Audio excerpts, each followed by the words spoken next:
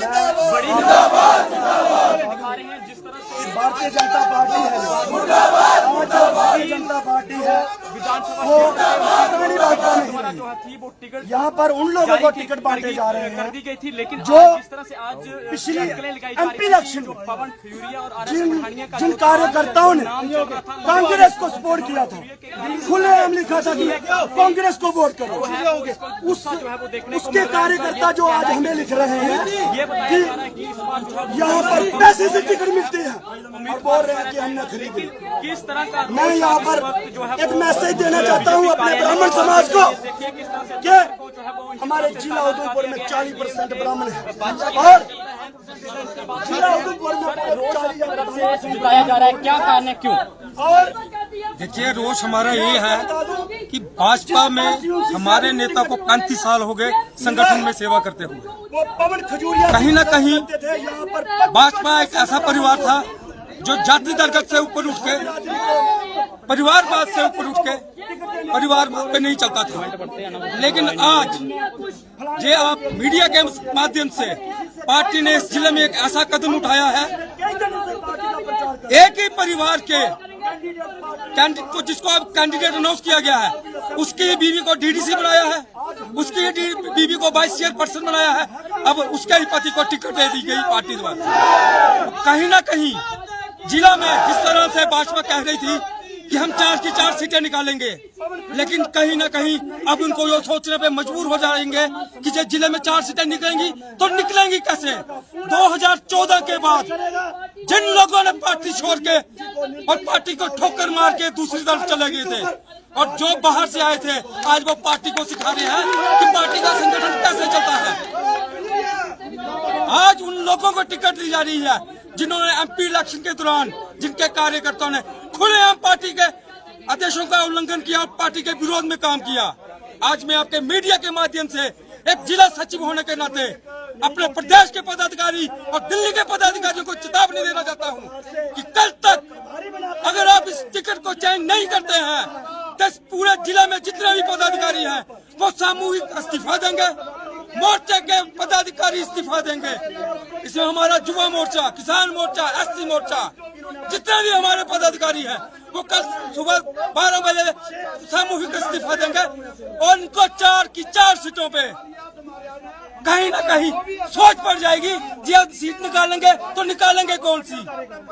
ये कह रहे थे रामनगर की सीट निकलेगी, अब हम देखते हैं कि रामनगर की सीट कैसे निकलती है, उधमपुर की सीट कैसे निकलती है। कहीं ना कहीं बस्ती में भी देखेंगे कि वो सीट कैसे निकलता है।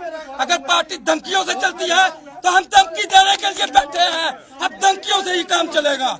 मैं आपके माध्यम से दोबारा उनको आगाह करना चाहता हूँ कि अगर आपने नहीं सोचा तो इसका खामियाजा पार्टी को पूरे जिले में भुगतना पड़ेगा। बिल्कुल, देखिए किस तरह का रोष जो है वो देखने को मिल रहा है। ये भाजपा के कार्यकर्ता हैं, क्या कहेंगे, काफी जो है गुस्सा हमें देखने को मिल रहा है। हाँ भैया, ये तो सत्य है कि क्योंकि डेमोक्रेसी है, लोकतंत्र से जो सबसे बड़ी बात यह है कि अभी 370 के बाद बहुत देर के बाद चुनाव हो रहा है, वो बड़ी बात है।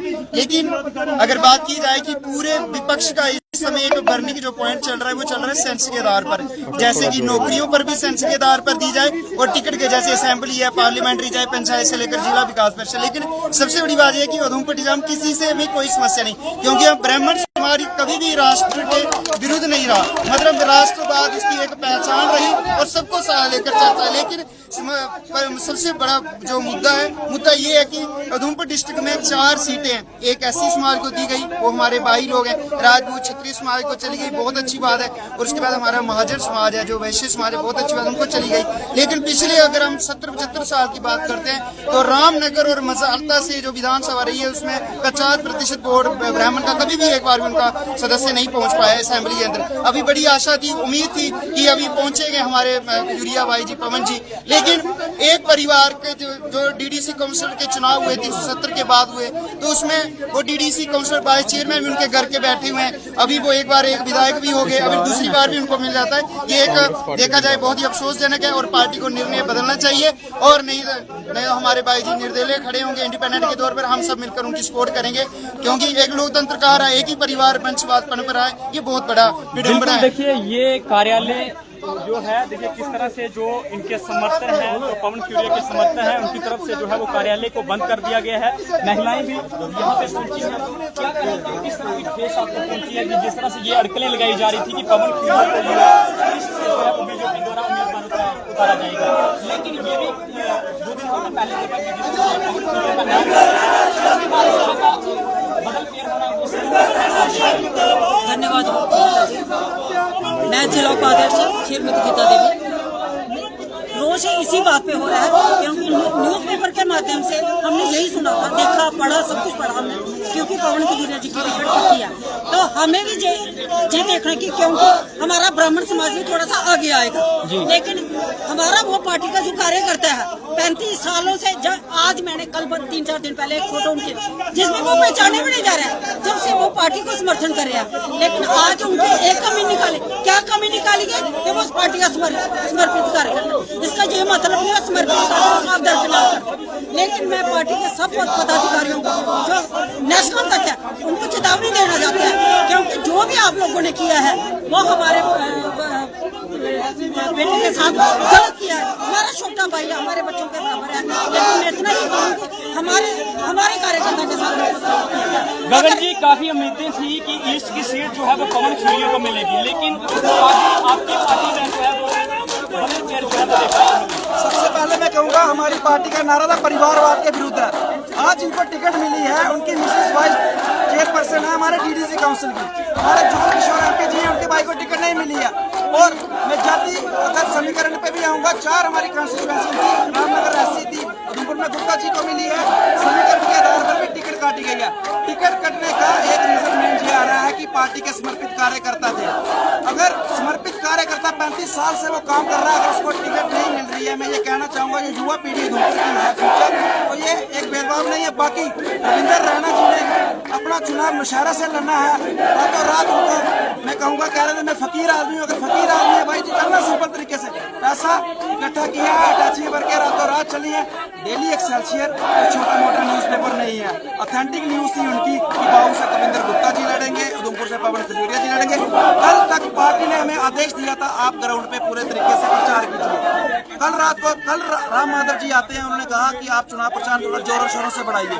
आज 11 बजे अचानक से खबर आती है कि वो लड़ रहे हैं, तो मैं कहूँगा ये पैसा चला है, कारपोरेट हब बनाया है, हमारे जो बाहर से आते हैं आप समझ गए होंगे कौन है, हमारे तरुण जी को मैं कहना चाहूँगा। लेकिन ये कहा जाता था ये संघ की पार्टी, लेकिन फिर क्यों बदल गया? ये मर्यादा जब से मैं कहूँगा कि दूसरी पार्टियों से, जब से रविंदर रैना जी जब से हमारे प्रदेश अध्यक्ष बने हैं, उसमें संगठन नाम की चीज कोई नहीं रही है। आज वो कल अटैचिंग की गेम है, पैसे की गेम है, रातों रात हो रही है। तो मैं सीधे सीधे कह रहा हूँ जो पार्टी के समर्पित कार्यकर्ता है, आज उनको कहीं ना कहीं दरकिनार किया जा रहा है।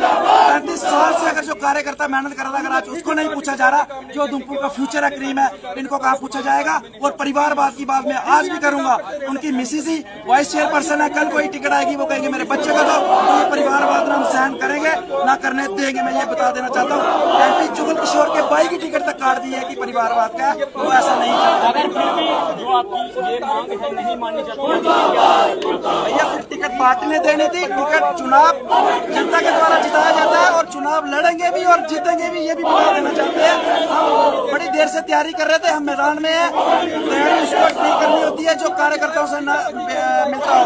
हम पूरी तैयारी में हैं, चुनाव के लिए हम तैयार हैं। देखिए आपके सामने है ये भारतीय जनता पार्टी कार्यालय जो है, देखिए इनकी तरफ से जो है वो भाजपा कार्यालय ताला लगा दिया गया है, और जो